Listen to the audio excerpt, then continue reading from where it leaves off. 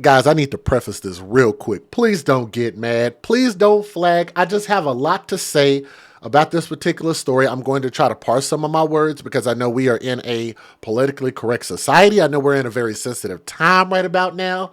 But let me tell you guys this. I think that all of those things and your personal agendas can be put to the side when it comes to our children, to our babies. And I personally believe that anybody or any entity that does something wrong to our kids needs to be punished, and they need to be held under a microscope in the harshest way possible, okay? So that's my preface for this story before we dive into the details. Some viewers may find the following content offensive and controversial.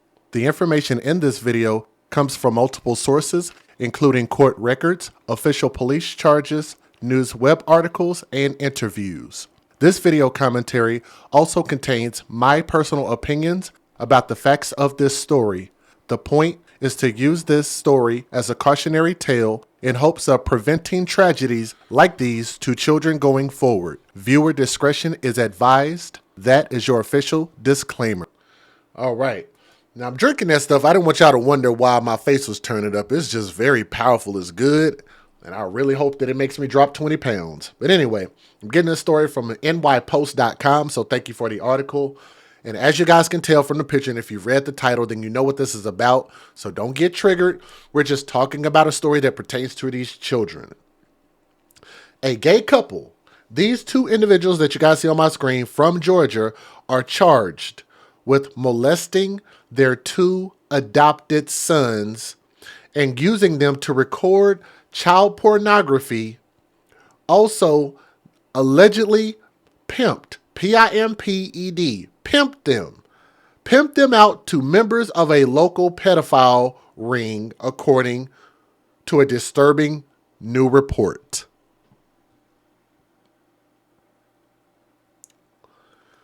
I could literally talk for a half hour just about that one paragraph alone. Let's break a few things down. First of all, DJ Just J doesn't have a problem with people being a part of the LGTB. Being gay, do what you do, man. You know what I'm saying? I just personally believe that just like with heterosexuality, I think that homosexuality should be done behind closed doors. Is that not fair? If you're going to be heterosexual, I think that you talking about a man being with a woman, all of that should be behind closed doors. Y'all sexual activity should be behind closed doors. But I also believe that to be the same way for these people who overtly express their sexuality for the world to see. Right? I think that it's always been a damaging thing. Whenever, let me give you guys an example. A husband and wife has kids at home, and the wife is walking through the house, and the husband comes in and grabs his wife by her private parts in front of the kids. Is that appropriate? No, I don't think it is. I think there is a thing called decorum, and I think that needs to be expressed at all times when children are visible. Yes? I just think that it's not on fair playing ground when it comes to this particular community compared to the heterosexual community. I think that we judge the two very differently. Okay? Even then, if we're doing this and putting this out on First Street to make this to where it's more acceptable for people to live in their truth, to like and love who they want to love, then fine. Do what you got to do as long as it doesn't involve children, right? What makes this even more odd is the fact that I'm almost positive that they weren't put through a rigorous routine in order to become parents. The reason why I say that is because even for regular couples, for regular people who go out and adopt children, they don't put them through anything rigorous. They're just like, hey, we need more people to come in here and adopt these kids, fill out a couple papers. Long as you clear background checks, you're good. Take the kids, and they're out of our hands. We'll maybe check on them once or twice a year. Am I right or am I wrong? And that has absolutely nothing to do with their sexuality. I think that all they did was went down there and filled out the paperwork, realized they didn't have nothing on their background, and said, okay, you're good. You want a couple boys? Sure, have at it. You don't really know these people, but you really can't know people, which is why I also believe that when CPS or DHS or whatever it is adopts these children out, they need to be working these cases to make sure and check these homes out on a regular basis. Or otherwise, you don't need to have the agency there. Well, we don't have enough workers. Get some more workers. Pay them more. Matter of fact, we could even go into politics. Are y'all ready to go into politics? We're sending money over to all of these other countries. I'm not going to name any in particular because I know the YouTube algorithm, it has this thing and it picks up certain keywords. I'm not going to say them. But we're sending money out to all these other countries. Why are we doing that when we still have homeless people in America? We have teachers that are underpaid. And we don't have enough child protective services workers. Is that a fair statement? We have homeless people, broke teachers, and no CPS workers because the funds aren't there to pay them properly. That makes absolutely no sense. And yes, America and our kids should come first. Let's keep going to my next point. Not only should they be checked out just like everybody else, every other month, maybe every month, talk to these kids, get them interviewed. But how do you get to a point where you guys know that there is a pedophile ring? How do they know that? The people who investigate this and arrested them, how did they know to call this a pedophile ring? That means that you know that there's a lot of people involved, maybe even some people you can identify, and maybe some people you can go after for even participating in this, for allowing there to be a market. There can only be a market where there is demand. And if there is a demand, then you need to ask yourself, why is it that people are allowed to exploit these children in this way? They shouldn't even have a market to be able to exploit these children. But there's more I'm going to go into because I'm going to probably get in trouble for some of the things I'm about to say. But let's keep going. A months-long investigation by Town Hall revealed that William Dale Zullock, 33 years old, and Zachary Jacoby Zullock, 35 years old, allegedly used social media to prostitute their two elementary-aged sons. We're not showing their faces. Hashtag babies for benefits. They weren't doing this to be good fathers to these kids, to give these kids a home, to take them out of a system where they didn't have any real guidance. They did this for their own sexual and financial pleasures. I can guarantee you, if they were in this little pedophile ring or whatever it is that they call it, and they were providing the content, guarantee you they were getting paid. I guarantee you they were getting paid. And on top of that, that also makes them pedophiles because these children are prepubescent. And they also did it for their own sexual pleasures. This is absolutely babies for benefits. William Zullock, a government worker,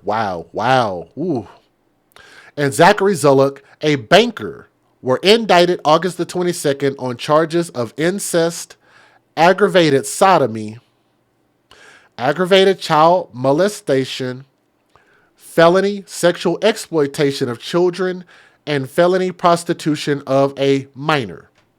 But the shocking investigation reveals in more detail the sickening abuse that the boys endured. So I hope you guys are ready to hear all of this.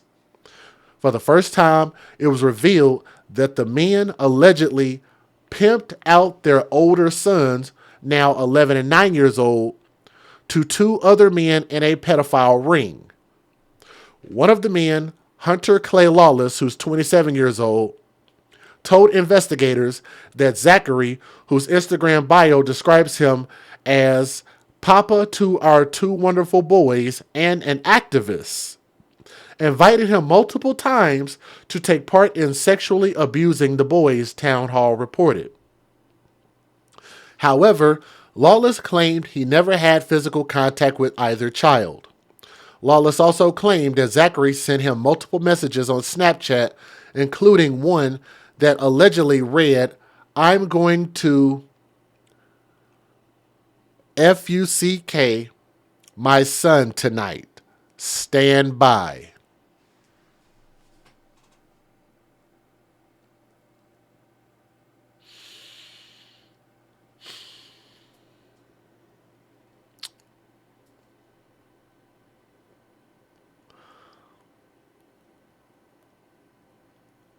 One of the messages said, "I'm going to F my son tonight. Stand by."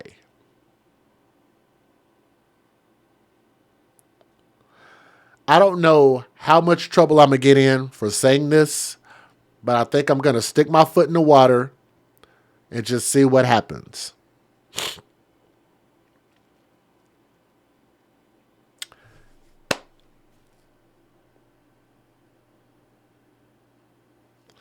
One thing that is prevalent in woman and woman relationships: violence. All right, do you guys know where I'm going with this? Woman on woman relationships, one thing that is prevalent in general, not all, statistically: violence. The relationships that have the highest rate of violence, woman and woman relationships, out of all domestic relationships. Why am I bringing that up? Because I think that there is a contrast between the two. There's two F words. I want to see if y'all are going to catch this before I actually say it. One side likes to fight. The other side likes to what? Woman on woman likes to fight in general, not all.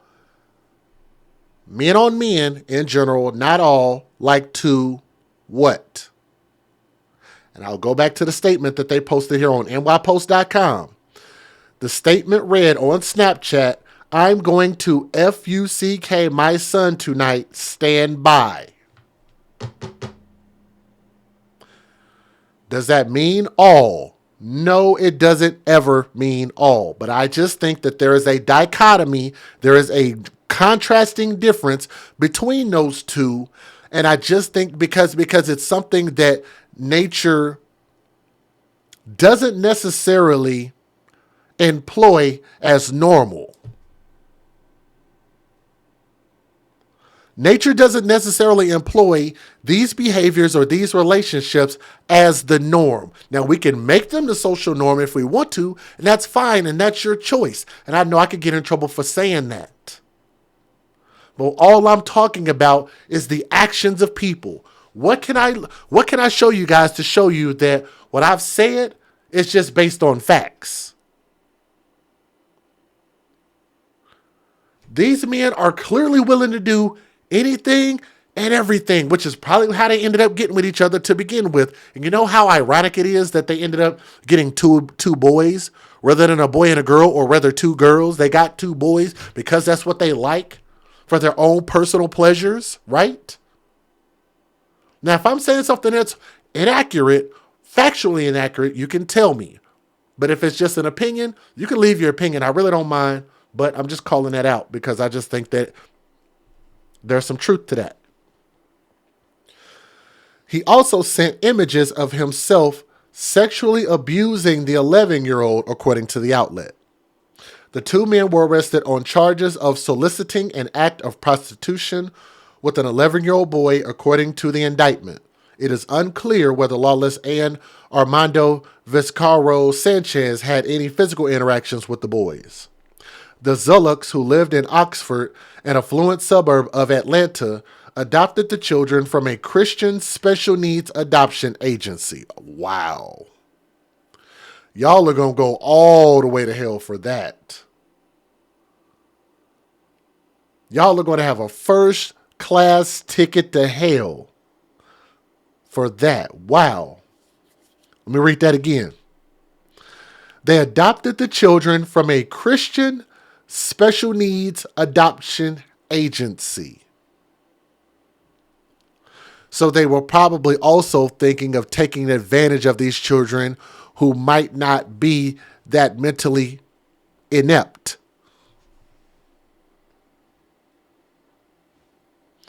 The boys were in 3rd and 4th grades when their adoptive fathers were arrested last summer. Deputies responded to the reports that a man was downloading child porn, raided the home in Loganville, where they found evidence the pair were engaging in sexually abusive acts and video documenting this abuse, police said at the time. During the raid, William was pulled out of his home with no clothes on. He was butt-ass naked. The government worker has admitted to forcing one of his sons to perform oral sex on him with the intent to satisfy his own sexual desire, according to a sworn affidavit cited by the Daily Wire. His husband admitted sending child sexual abuse material to several people, according to the news outlet. The couple had been active in the local LGBTQ community. Prominent LGBTQ publication Out magazine reportedly asked to feature their photos on its website, according to the Daily Wire. Town Hall said it spent months reviewing recorded jailhouse phone calls, court documents, and testimony from a relative who spoke exclusively with the outlet about the extent of the abuse, as well as the faster than expected adoption process that led to the nightmare. Now, I've talked about that. William and Zachary, who have pled not guilty, each face over 9 life sentences if convicted.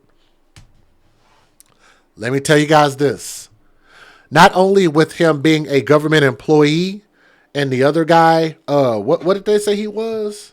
One was a government employee. See if I can find it. Give me a moment. Let me see if I can find it. So a government worker and a banker. Thank you. So one being a government worker and one being a banker, maybe there's some extending charges from that. Maybe there's some additional charges because of the nature of who they're employed by. If that's the case, then fine. I think that's good. 9 life sentences. I mean, I ain't really got no problem with it. Anyway, let me give you guys the fair uses. It just seems like 9 life sentences. I don't know, man. Federal law allows citizens to reproduce, distribute, or exhibit portions of copyrighted motion pictures, videotapes, or video discs under certain circumstances without the authorization of the copyright holder. This is called fair use and is allowed for purposes of criticism, news reporting, teaching, and parody, which doesn't infringe of copyright under 17 U.S.C. 107.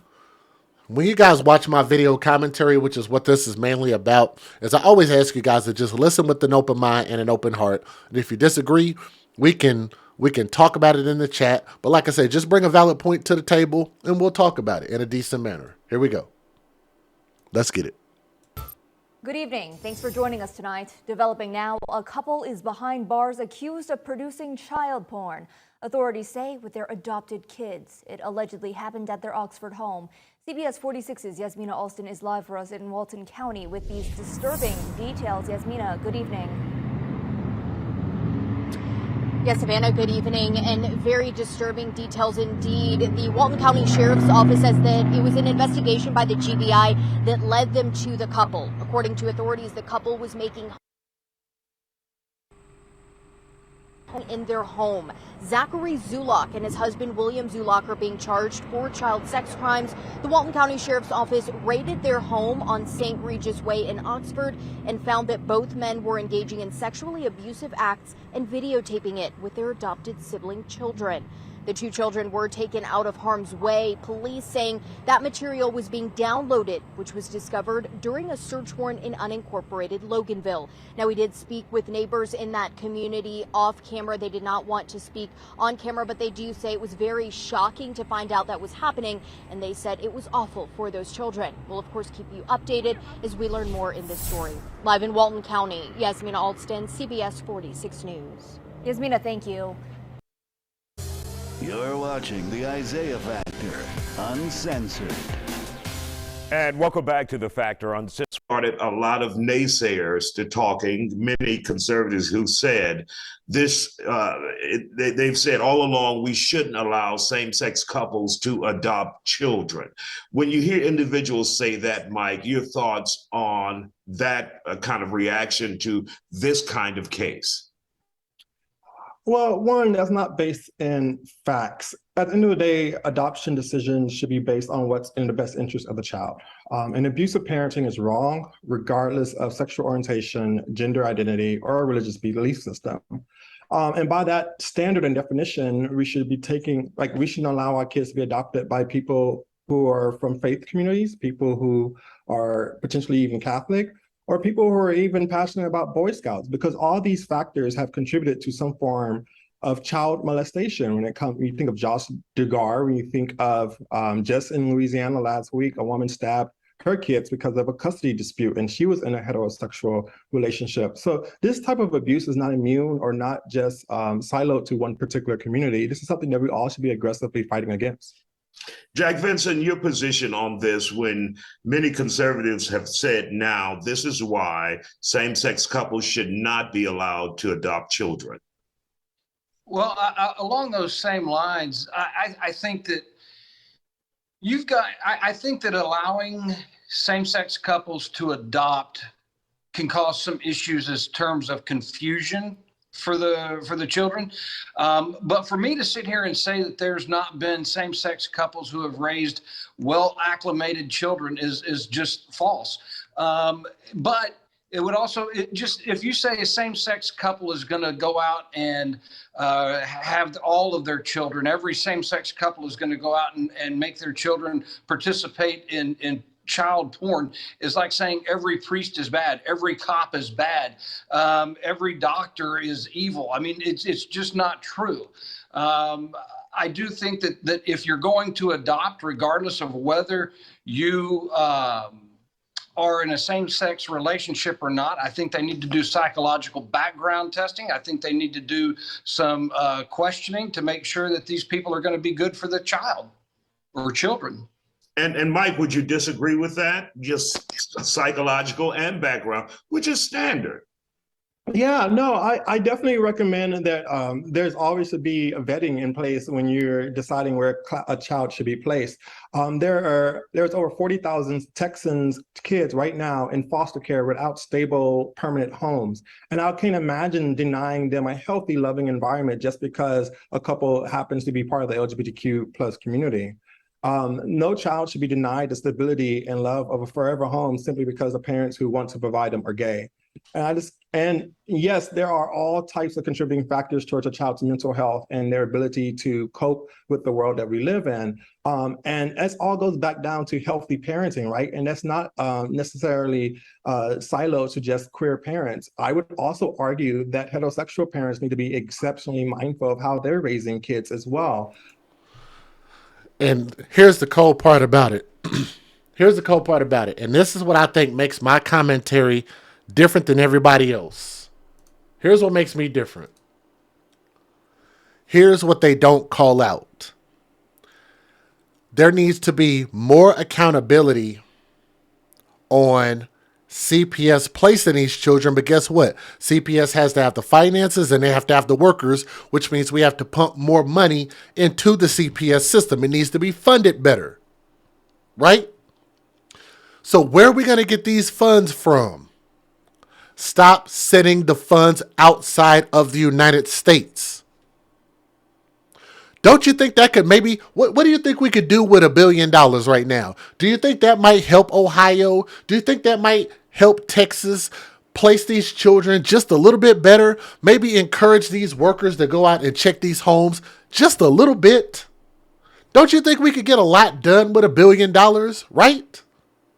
Maybe now isn't the time for us to be investing in these clean energy cars. These battery-powered cars, which are going to use energy anyway. Isn't that something? But we want to phase out all gasoline cars, but you don't have a way for us to not need gasoline anymore. Because guess what you're going to need if you run out of electricity? Generators. And what do generators run on? Gas. It's stupid. That's what I'm talking about. They won't talk about the problem is funding.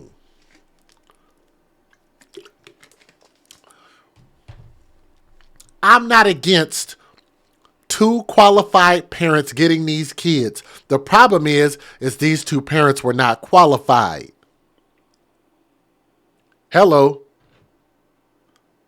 These parents weren't qualified. They weren't vetted. They weren't checked on. They had all the time in the world to be doing whatever they wanted to these little boys all day long, to the point to where they had time to film it and upload it and solicit, probably get paid off of it, pimping these kids. Do you know how much free time you got to have to be doing some pimping? Some online pimping? That's what they won't talk about. Everybody want to fight talking about, well, gay people have rights to adopt kids. Ain't nobody arguing that. But what I am saying is that the dichotomy between a man and a woman household is different than a woman and a woman household than a man and a man household. They're completely different. Their behaviors, their sexuality, their ideals and beliefs are completely different. And we can't just all say they're all the same, because that's a fucking lie. They're not all the same. 2 women raising a kid in a household ain't the same as a man and a woman raising a kid in the household compared to a man and a man raising a kid in the household. It's different. It's going to present you very different things, very different challenges, very different conversations.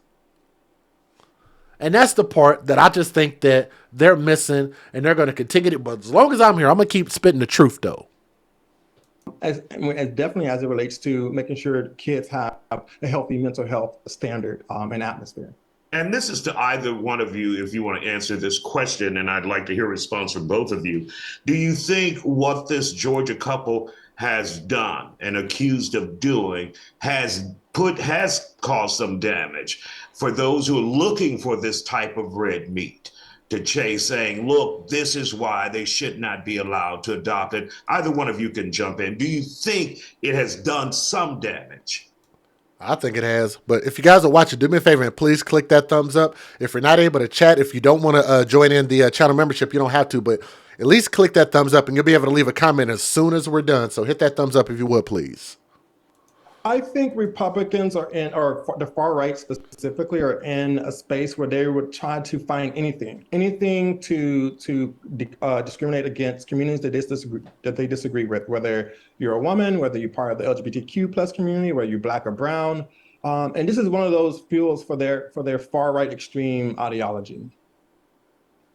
And I don't know if it's done any more damage or if it's just lent some credibility to what they're thinking. And when I say credibility, not legitimate credibility, but credibility in their own mind that this is going to reaffirm what they think is right or what they think is wrong. I do think that I don't think that in the long run it's going to make any changes. It's just like the far left who want to have new gun laws because we have some people getting shot. They're going to use whatever fodder they have to try and establish their argument. And I really didn't understand. Somebody say he lost you. I think they both lost me on that. And then this man talk about the gun laws. No, I don't think people getting shot and somebody taking one up the rump, underage children, prepubescent children. I don't think that's the same thing. I think that's not the same, sir. who try to use this to establish their argument. But hopefully level heads will prevail. I don't know about that one, man. All I know is that none of these people who are doing this stuff are properly vetted. That's always been the problem. How when you take a child away from a parent who proves that they're not a qualified parent, then you take them and just put them in somebody else's house. Like, you know what, you're a relative, you're good, give us your name and phone number, and maybe we'll check on you, maybe we won't. That's not a good thing to do. They need to be through an extensive background check, and they need to be checked on all the time. So if you're going to have this system, I think if you're going to have it, you need to do it right, and everybody needs to be checked out all the time, regardless of whatever your sexual preferences are. I think it's just that simple. They didn't vet these dudes. They didn't know how depraved these individuals are. 6 life sentences? What do y'all think about that? Do y'all think that's fair? 6 life sentences? Let me be real. Let me be another level of real. Because as much as I can say that to hell with them, and they messed over kids and they deserve whatever they get, we can say that.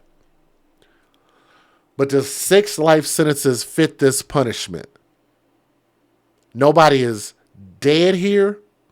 These children will at least get an opportunity to grow up and become something great under somebody else's roof. I'm an advocate for children, and I'm saying if that's what they're going to convict them with, fine. Let me know what you guys think, if y'all think that's a suitable punishment for what they're probably about to get convicted for. But let me know what you guys think. Thank you.